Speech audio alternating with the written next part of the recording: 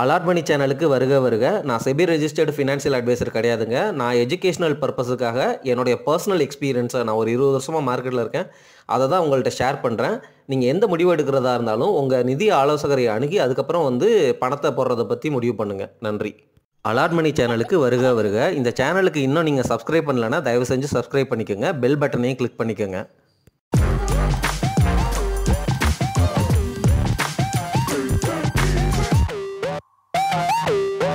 அனைவருக்கும் வணக்கம். யூஎஸ் மார்க்கெட்டில் என்ன நடக்குது அப்படிங்கிறத நீங்கள் புரிஞ்சுக்கணும். இந்த மாதிரி சிச்சுவேஷன்லாம் நாளைக்கு இந்தியாவில் நடந்தால் அதுக்கு ஏற்ற மாதிரி நம்ம என்ன பண்ணணும் அப்படிங்கிறதெல்லாம் இந்த ஐடியாக்கள் மூலமாக நம்ம தெரிஞ்சுக்கலாம்.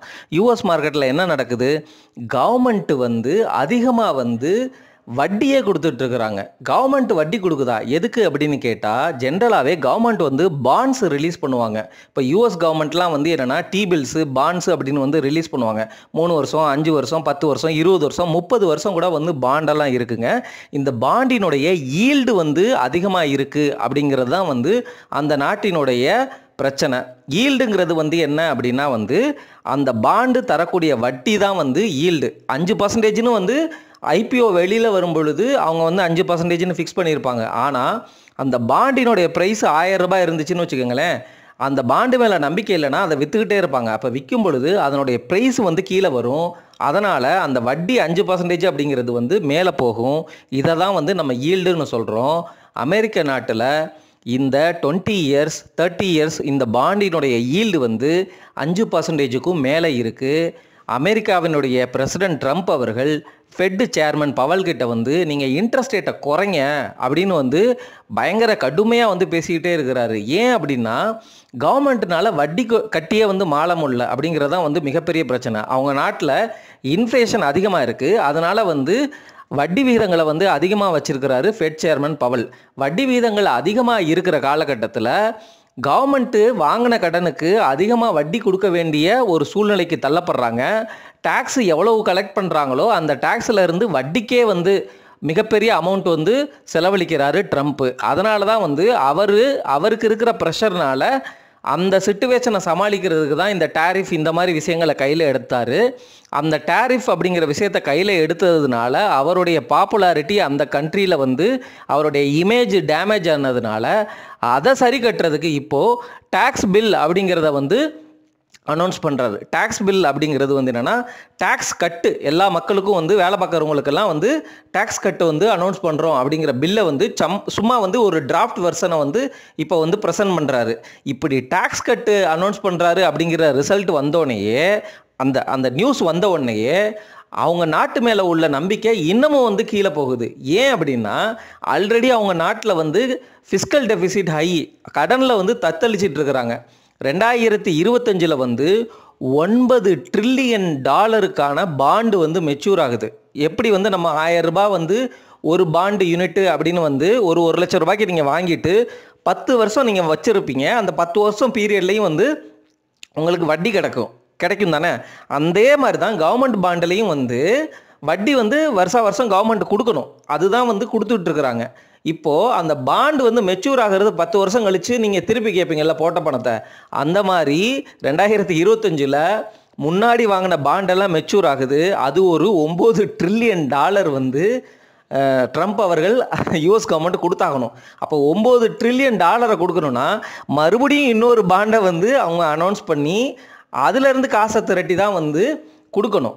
அப்போது இன்னொரு பாண்டு போட்டாங்கன்னா இப்போ இருக்கிற இன்ட்ரெஸ்ட் ரேட்டு பிரகாரம் போடும் பொழுது அந்த பாண்டுக்கு அதிக இன்ட்ரெஸ்ட் ரேட்டு வச்சு தான் போடுற மாதிரி இருக்கும். இதில் வேறு அவருடைய இமேஜ் டேமேஜ் ஆகி இந்த டேரிஃப் விஷயத்தை கையில் எடுத்ததுனால அந்த யூஎஸ் பாண்டை வாங்குறதுக்கு ஆள் வரலை இப்போ ரீசண்டாக. ஸோ இந்த மாதிரி பிரச்சனைகளில் யூஎஸ்ஸினுடைய ஸ்டாக் மார்க்கெட்டு ஒரு மாதிரி தத்தளிச்சுக்கிட்டு இருக்குங்க. இதுதான் யூஎஸ் மார்க்கெட்டில் நடந்துகிட்டு இருக்கு. ஆனால் நம்ம புரிஞ்சிக்க வேண்டிய ஒரு விஷயம் என்ன அப்படின்னா, இன்ஃப்ளேஷன் அதிகமாக இருக்குது அப்படின்னா அசட் ப்ரைஸஸ்லாம் மேலே ஏறப்போகுது அப்படின்னு அர்த்தம். சரிங்களா? இன்ஃப்ளேஷன் அதிகமாக இருக்குது அப்படிங்கிற பட்சத்தில் லாங் ரன்னில் ஸ்டாக் மார்க்கெட் கொஞ்சம் நல்லா தான் பண்ணும். இன்ட்ரெஸ்ட் ரேட்டை குறைக்க உங்களுக்கு கோல்டும் ஏறும், ஸ்டாக் மார்க்கெட்லேயும் லிக்விடிட்டி அதிகமாக வரும். அதனால் ஸ்டாக் மார்க்கெட் ஏறுறதுக்கும் வாய்ப்பு இருக்குது. சரி, இந்தியன் மார்க்கெட்டை பொறுத்த வரைக்கும் நம்ம என்னதான் ஸ்டாக்கினுடைய ஃபண்டமெண்டல் அப்படின்னு பேசினாலும் ஒரு ஸ்டாக்கு அது வளர்ச்சி காட்டினா தான் அதனுடைய ப்ரைஸும் வளர்ச்சி அடையும் அப்படிங்கிறது தான் வந்து தியரிட்டிக்கலாக கோராக இருக்கிற உண்மை. அந்த கோராக இருக்கிற உண்மை தான் நீண்ட காலத்தில் வந்து உங்களுக்கு ரிஃப்ளெக்ட் ஆகிட்டே இருக்கும். ஆனால் ஷார்ட் டேர்மில் வந்து எப்போவெல்லாம் வந்து டிமாண்ட் அதிகமாக இருக்குதோ அப்போ டிமாண்ட் வந்து எப்படி அதிகமாக இருக்க முடியும்? ஒன்று, நம்ம டொமஸ்டிக் இன்வெஸ்டர்ஸ் வந்து அந்த ஸ்டாக்கு மேலே வந்து அக்கறை காட்டி நிறையா வாங்க ட்ரை பண்ணணும்.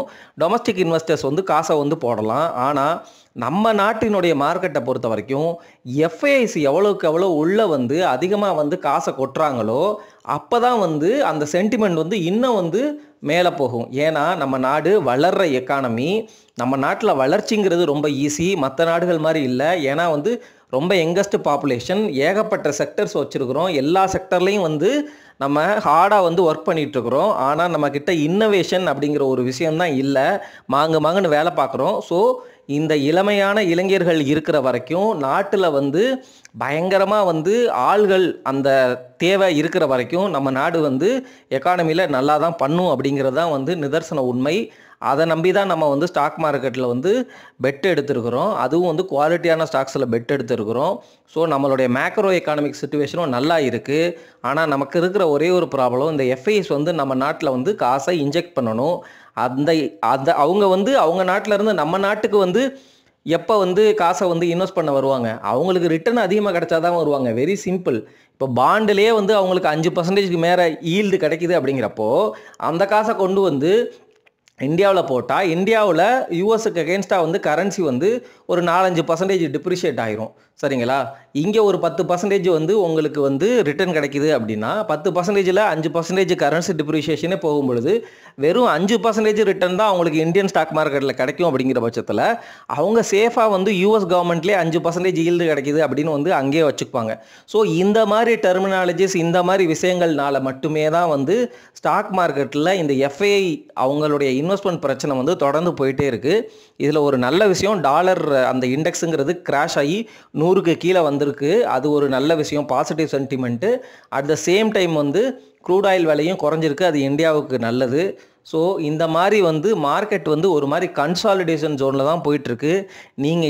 நீங்கள் எதிர்பார்க்குற மாதிரி பயங்கரமாக வந்து ஏறுறதோ இறங்குறதோ அந்த மாதிரிலாம் நடக்காது. ஒரு மாதிரி போரிங்காக இருக்க போகிற ஃபேஸு தான் இது. நம்ம செலக்டிவாக குவாலிட்டியாக 1-2ன்னு வாங்கிட்டு இருக்கிறது தான் வந்து நமக்கு நல்ல இன்வெஸ்ட்மெண்ட் ஸ்ட்ராட்டஜியாக இருக்கும். நண்பர்களே, தொடர்ந்து யூஎஸ் மார்க்கெட்டில் என்ன நடக்குது, ஜிடிபினா என்ன, க்ரூட் ஆயில் ப்ரைஸ் வந்து எப்படி இம்பேக்ட் ஆகும், வாட் இஸ் பிஎம்ஐ, இன்ஃப்ளேஷன்னா என்ன, ஆர்பிஐனா என்ன, ஃபெட் ரேட் கட் பண்ணால் என்ன நடக்கும், இன்ஃப்ளேஷன் யூஎஸில் எப்படி இருக்குது, அவங்களுடைய எம்ப்ளாய்மெண்ட் அந்த டேட்டா வந்து என்ன சொல்லுது, இந்த மாதிரி விஷயங்களையும் நம்ம புரிஞ்சுக்கிறது மூலமாக நம்மளே ஸ்டாக் மார்க்கெட்டினுடைய போக்கு எப்படி இருக்கும். நாமினல் ஜிடிபி 10% இருக்க போகுது அப்படின்னா நம்ம ஒரு 8-10% வந்து ஸ்டாக் மார்க்கெட்டில் ரிட்டர்னை எதிர்பார்க்கலாம். ஆனால் மார்க்கெட் வந்து கீழே போயிருச்சுன்னு வச்சுக்கோங்க, ஒருவேளை மறுபடியும் வந்து 20,000 அப்படிங்கிற மாதிரி போயிடுச்சு அப்படின்னா அது வந்து உங்களுக்கு நல்லா வாங்குகிற வாய்ப்பு அப்படிங்கிறது தான். ஏன்னா அவங்களுக்கு ஜிடிபி 10% க்ரோ ஆகும் பொழுது ஸ்டாக் மார்க்கெட் நெகட்டிவில் போகுது. அப்படிங்கிறப்போ உங்களுக்கு திருப்பி வந்து அதை கேட்சப் பண்ணணும். அதுதான் வந்து கான்டெக்ஸ்ட்டு. அந்த கேட்சப் பண்ணுறதுக்கு முன்னாடி நிஃப்டி 50ல் உள்ள கம்பெனிகளினுடைய இபிஎஸ் எப்படி இருக்குது, அது க்ரோ ஆகுதா, அதுக்கு வந்து நம்ம எவ்வளவு பிபை ரேஷியோ கொடுக்குறோம் அப்படிங்கிற மாதிரிலாம் பாருங்கள். நண்பர்களே, ஒரு சூப்பரான போனஸ் டிப்பு. நம்ம 25,000 அப்படிங்கிற புள்ளியை தொட்டுட்டோம். சரி, 24,000ன்னு வச்சுக்குவோம். 24,000 அப்படிங்கிறது நம்மளுடைய நிஃப்டியினுடைய கரண்ட் புள்ளி. சரிங்களா? 10% நாமினல் ஜிடிபி அப்படின்னா 2,400 பாயிண்ட் வருஷத்துக்கு ரொம்ப ஈஸியாகவே ஏறணும். சரிங்களா? அதுதான் வந்து கான்டெக்ஸ்ட்டு. முன்னாடி இருக்கிற மாதிரி வந்து வருஷத்துக்கு 1000 பாயிண்ட்டு 500 பாயிண்ட்டு நீங்களாக குத்து மதிப்பாக போடாதீங்க. ஸோ ரஃபாக போடும் பொழுது 24,000 to 2,400 அப்படின்னு போட்டிங்க அப்படின்னா 26,400 அப்படிங்கிறது ரொம்ப ஈஸியான டார்கெட். அப்படிங்கிறது தான் வந்து என்னுடைய புரிதல் அப்படின்னு சொல்லி இந்த வீடியோ பதிவை முடிக்கிறேன். நன்றி, வணக்கம்.